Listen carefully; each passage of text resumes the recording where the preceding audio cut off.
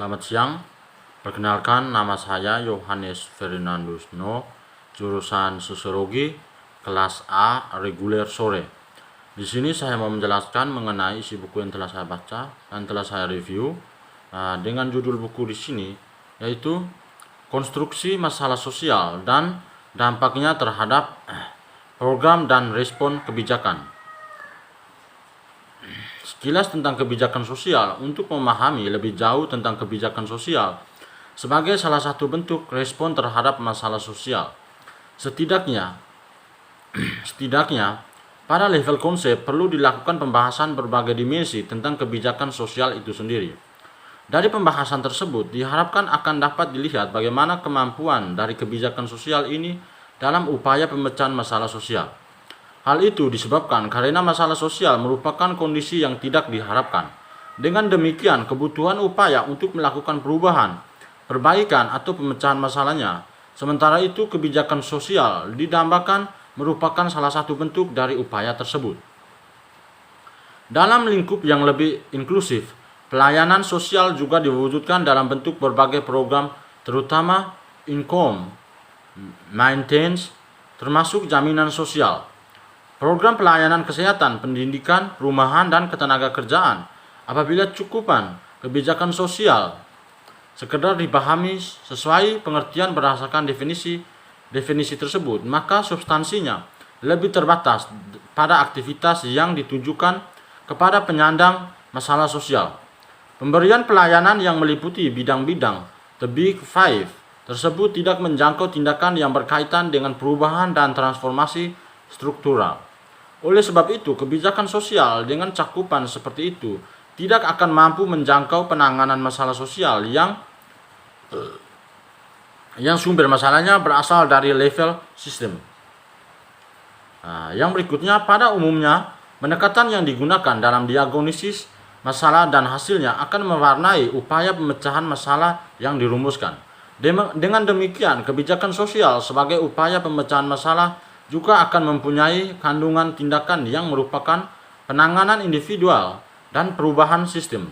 Apabila kebijakan sosial mampu untuk menjangkau kedua sumber masalah tersebut, maka akan menghasilkan dampak pemecahan masalah yang lebih komprehensif, berjangka panjang dan berkelanjutan. Lebih dari itu, upaya pemecahan masalah sosial yang komprehensif akan memberikan hasil yang bukan saja bersifat rehabilitatif, melainkan juga preventif dan promotif, developmental. Bahkan kebijakan sosial yang komprehensif juga tidak hanya menghasilkan upaya pemecahan masalah yang bersifat karitatif dan pengembangan kapasitas, akan tetapi juga memberikan ruang dan peluang untuk menggunakan kapasitasnya tersebut. Berdasarkan skenario ini, masalah sosial yang muncul adalah kemiskinan. Dalam hal ini, kemiskinan struktural bukan disebabkan karena adanya cacat individual dari kalangan miskin, seperti cacat pembawaan, cacat fisik maupun mental, atau cacat kultural, melainkan disebabkan oleh adanya diskriminasi institusional, terutama dalam bentuk perbedaan penguasaan power, resources, peluang, akses terhadap informasi, dan berbagai bentuk pelayanan dalam struktur sosialnya. Kemiskinan semacam ini bukan karena orang-orangnya lemah, malas, atau karena kulturnya tidak mendorong untuk bekerja keras, melainkan karena kondisi struktural. Dengan demikian, salah satu sasaran utama dari gerakan gender tersebut adalah memperjuangkan perubahan atau perombakan institusi sosial yang diskriminatif tersebut. Peran masyarakat sebetulnya, setiap masyarakat tanpa campur tangan eksternal, termasuk campur tangan negara, mempunyai kemampuan untuk menangani dan memecahkan masalah sosial secara mandiri.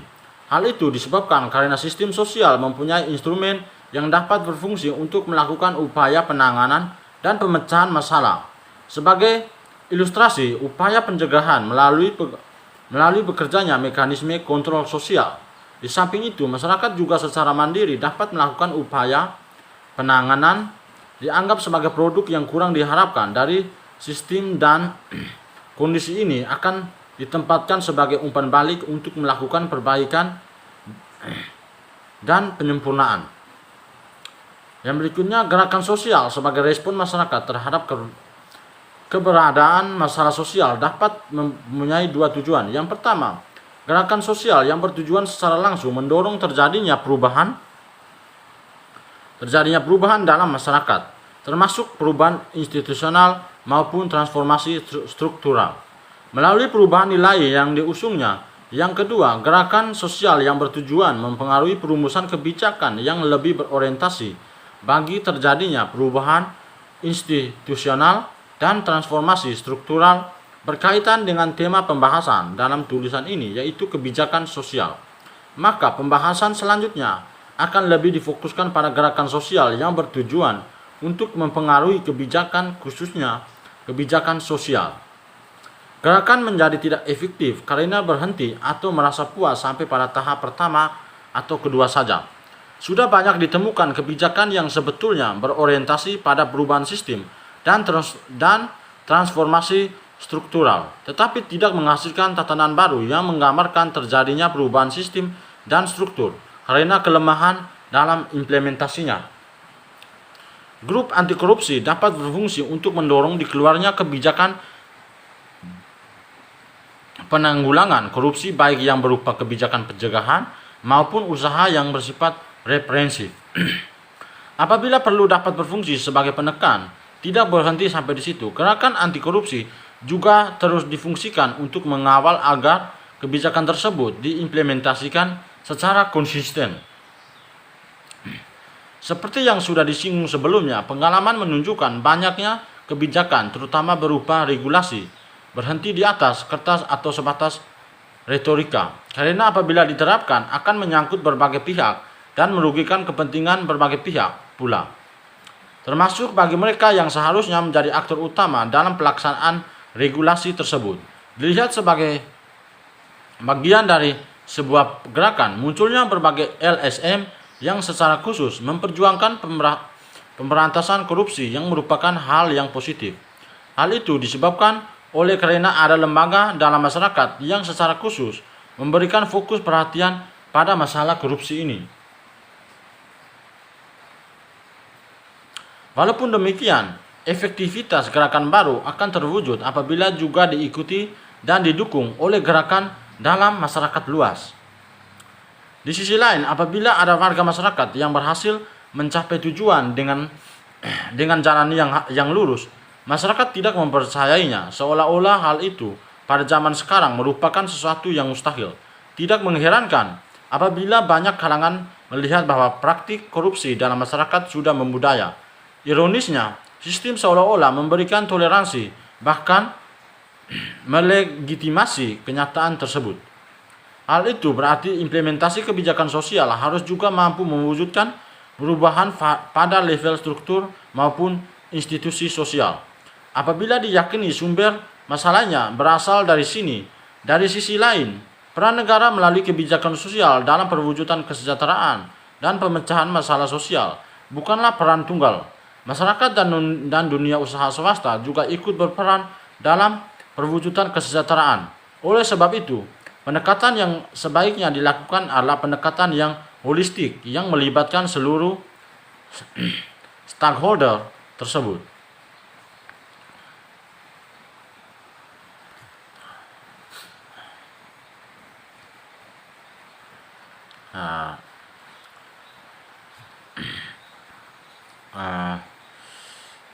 Dalam hal kebijakan ini, istilahnya kebijakan ini harus terrealisasi dan juga bukan hanya sekedar berupa kebijakan saja, tetapi harus dilaksanakan oleh pejabat-pejabat tinggi, karena dalam hal ini pejabat tinggilah yang banyak mengkorupsi uang-uang. Dengan demikian masyarakat akan mengalami kerugian, dan bila pemerintah tersebut harus segera dikeluarkan atau membuat regulasi yang membuat pemerintah atau oknum-oknum yang korupsi tersebut takut dan kebijakannya juga harus setegas mungkin. Mungkin itu saja hasil dari pembuatan video ini. Apabila ada kekurangan mohon dimaklumi. Sekian dan terima kasih. Selamat siang.